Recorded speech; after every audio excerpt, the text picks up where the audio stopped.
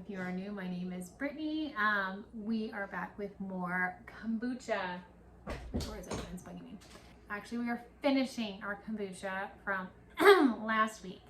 So, if you did not watch my first kombucha video and you are new to kombucha and you are trying to figure out how to get started, I would advise going back and watching that one. I did have some things that I realized I didn't address in my last video that I wanted to address. So I mentioned starting the Scoby Hotel and how I advise people to start the Scoby Hotel first. But I didn't exactly give instructions on how to do that. So you're gonna go through the whole process that we did to set up this guy right here. And I would say, so when you're making kombucha, I would do about 7 to 10 days for the drinkable kombucha. But if you're setting up your Scoby Hotel, I would actually let it sit for probably about 4 weeks. After 4 weeks, it should be good, but you can go ahead and test it. You want it to get to the point that it's not drinkable. Like it wants, so if you've ever had apple cider vinegar and you taste apple cider vinegar, it's very, very acidic. You want it to have that kind of similar acidity. So that's where I would try to get it to.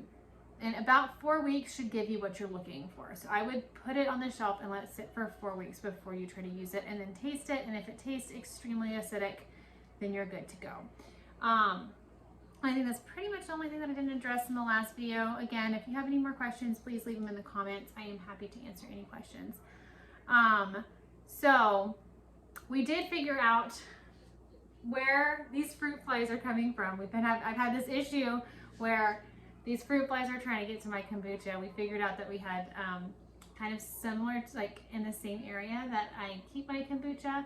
There was some bird seed from last season. We had some bird feeders and we had some wild bird seed, and it was like falling behind something, and it was just the humidity. And so we finally got rid of that. So we're getting rid of the fruit flies, but I'm sorry. Normal life problems over here, guys. So, but they're slowly going away. They're dissipating. But I did figure out, if you're trying to get rid of fruit flies, a little bit of kombucha and Dawn. Yep, that pulls them in, gets rid of them. So you will see, if you watched my last video, this is the kombucha that we made.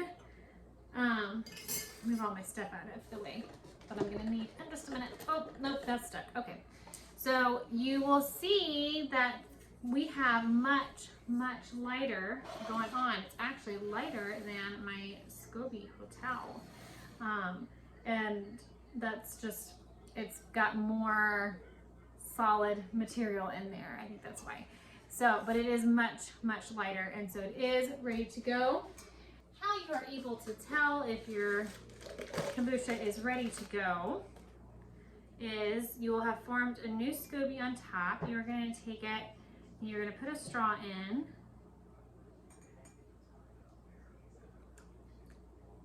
And just taste it. And it does not taste bad. It should taste kind of acidic, kind of a little tart. And again, you're going to get to the point that you want it to be at. Kind of the level that you like. You'll figure out the more that you do it, what you like with your kombucha. Okay, so we have our new Scoby on top. It's going to be little. So this is the new Scoby that has been formed. You can see it's very baby. It's the little one. So we are going to take that and we are going to go ahead and pop it right in. Break this little seal with this big Scoby and put it back in there. Since I've been having issues with the fruit flies, we're going to just go ahead and cover this guy back up. Okay, and we are also going to find our last Scoby that we put in there. Some people call it the Scoby, some people call it the pellicle. Either one, doesn't really matter. Let's see. There we are. And I mentioned in my last video that this one was kind of on its last leg. So whenever it starts getting wet, that means is it's super, you see how it's super, super thick and it's very rubbery. So at this point, we would probably stop using this one. We would discontinue using this one because the more rubbery it gets, the less of the good bacteria it's holding, and it just gets old. And so I've seen people use these for like, you blend them up and make fruit strips with them. I haven't tried that, but what I'm going to do is I have looked into doing that, and so I'm either going to put it in my compost, or I might blend it up and give it to my chickens, because I'm not really sure how I feel about doing the fruit strips with them. But for right now, since I haven't made a decision, I am going to put it in the Scoby hotel, and then I am going to, I'll move it over later. I'll probably end up giving it to my chickens. So now we've got our Scobies removed. So make sure I don't have any more hiding down there. Okay, so I'm going to cover this guy back up because of my issues. So now I'm going to make my flavoring. So the flavoring that I typically do is very simple. I have about 3/4 of a cup of mixed berries. And there's a bunch of, if you Google flavorings, there's a bunch of different flavorings that you can do. And so I do about 3/4 of a cup of mixed berries, and these are frozen berries. I just pull them out about an hour before I'm going to do it. If I forget, which I did tonight, I'll pop them in the microwave for like 10 seconds to kind of take the chill off a little bit, and then it cuts down my wait time. And then I just add on, where's my regular measuring cup? Right here. Regular juice. I add a little bit of juice in there. It helps to stretch it. I am all about trying to do this frugally, and it gives a little bit of extra sugar too, because what we're going to do is we're going to let this ferment for another 24 hours on the counter. So I'm going to do about 1/4 of a cup. So we'll have a cup of sweetener in with our kombucha. And I'm even going to add a little bit of sugar, because like I said, we're going to be doing a little bit more fermenting. And the other thing is that you want your sweetener to be extremely sweet. You want it very, very, very sweet, because it means that you have to add less, because you are going to be doing this for, as it continues to ferment, it will become more acidic. And so you want your sweetener really, really, really sweet, because it's going to cut the acidity a little bit more. So I'm just going to add about a teaspoon of sugar into it. This is my good sugar, my cane sugar that I'm adding to it. And I put it in my blender. Ooh. I put it in my blender because it's just easier. Some people put the whole fruit. I've seen that happen. Like, some people put the whole fruit into their kombucha.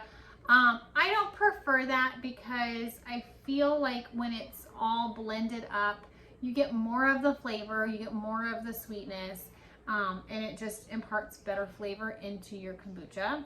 And then you also get all the antioxidants from the berries. So, good stuff.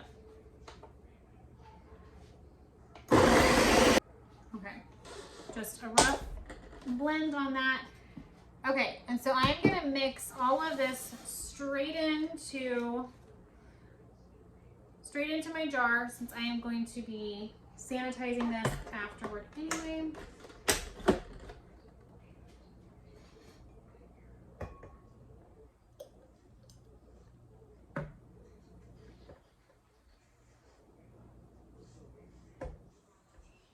Okay, so I messed up. I did not pull my 2 cups out. So before you put the flavoring in, you're gonna pull 2 cups of your kombucha out to put back into your Scoby hotel, like I showed in the last video. So how I'm gonna fix this, I'm gonna feed my Scoby hotel. You can feed your hotel, like if it's getting low, like mine looks kind of low right now anyway, you can add in some sweet tea, just like you would for normal kombucha, using the ratios that I put in my last video. But if you add sweet tea to your Scoby hotel, you don't want to pull from it for 2 weeks. So what I'm going to have to do, and I'm probably just going to go ahead and fill it to about right here, fill it back up, top it back up off. Does that right? Top it back up. Yeah. Whatever. Top it up to about right here. So I'll do 4 more cups. So I'm going to put 4 cups of sweet tea into here, and then I'm just going to have to wait 2 weeks before we'll have kombucha. Which my kids will be sad about, but it is what it is. And so anyway, so we're just going to make do.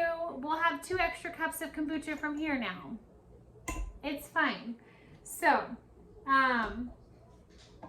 what we're going to do, since I have a little bit of extra kombucha in here than I originally intended, I am going to add a little bit more sugar just to make sure it has enough to ferment the rest of the way that I want it to. And you don't need a lot of sweetener, you don't need a lot of sugar. It uses the natural sugars and the fruit. You could just do fruit. You don't have to do juice either. If you want to just do fruit, I've done that too, where I added extra fruit and blended that up and made like a fruit juice. If you would rather have no juices or anything, you can do that too, and it's completely fine. It tastes delicious. Okay, so moving on. What you are going to need are some fermenting bottles. So these I got on Amazon. Make sure that when you buy them, I got 2 different styles here. When you buy them, that they actually say that they are for fermenting, because there are a lot of these bottles that are decorative and they are not good for fermenting, and that's when you end up with broken bottles and like a lot of the explosions and stuff that you might see. But it will break your bottles, and so these are really thick bottles, really good hinges, like really strong hinges, and so you want good fermenting bottles. Invest in them because you will use them over and over again. These are like, and they're not super expensive. It's like 20 bucks for a 6-pack, and these are 16-ounce bottles. So what you're gonna do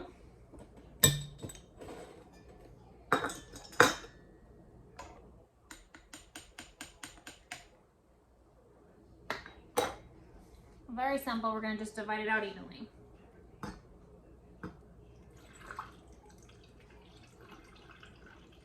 Pour a little slowly, because otherwise it's going to make a mess. It'll probably still make a mess. It's okay. Okay, and here's the thing. My kombucha is never very fizzy. I have a really hard time getting a lot of fizz, but my kids don't really care. I don't really care if it's super fizzy. You can play around with different flavorings and stuff. The longer that you let it ferment, the fizzier that it does get. So if you leave it on the counter for, I probably don't fill it as much as some people do. You could fill it up to about right here and it'd probably be fine. But I have dealt with geysers before and it's just not fun for me.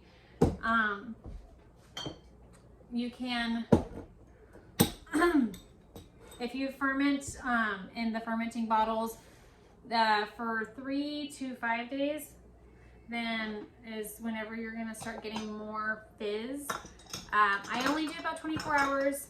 I've tried doing longer and I just had a hard time. I still had a hard time getting the fizz that I wanted without getting, even when I got the geysers, I still wasn't getting really good fizz, and so it wasn't worth it to me. And so I just gave up because my kids, we all seem to like it like this anyway. With the amount of carbonation that was in it, we didn't feel like we needed a whole lot. And so.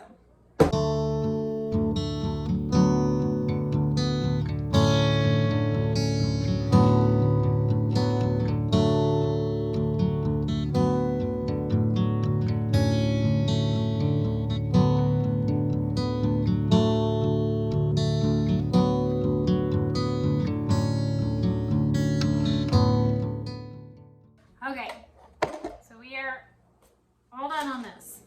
So you will end up with doing it this way. One less than I have because take 2 cups off.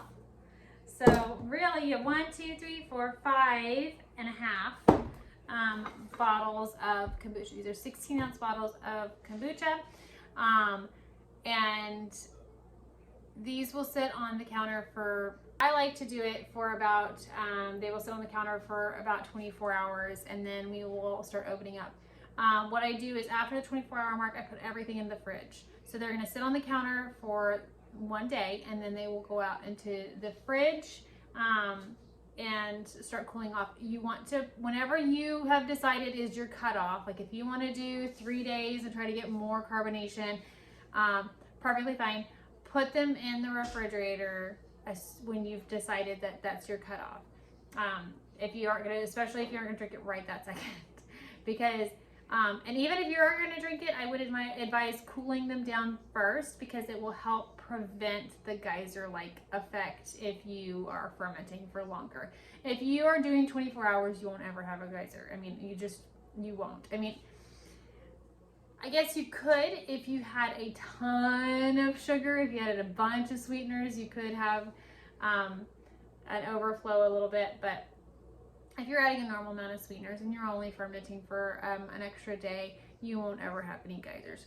But yeah, that's it. I still am kicking myself. I can't believe I just messed up and now I have to wait 2 weeks to do more kombucha. But you know, this is life, and anytime I try to film things is always whenever I mess it up. I could do it 100 times perfectly, but every time I'm like, okay, I feel confident enough to show people how to do it, and that's when it's gonna mess up. So anyway, thank you for sticking around. I hope this was an informative video. If you are new around here, I don't know if I introduced myself. My name is Brittany, and I hope you'll consider sticking around. We do a lot of mini homesteading, urban homesteading kind of stuff around here, with like chickens and gardening and all that stuff, and homeschooling, homemaking, all that jazz. So if that's your jam, then I'm your girl, and I hope you'll consider sticking around. And that's it. That's all I have for you. So I hope that you'll have some fun making some kombucha, and I will see y'all in the next one. Bye.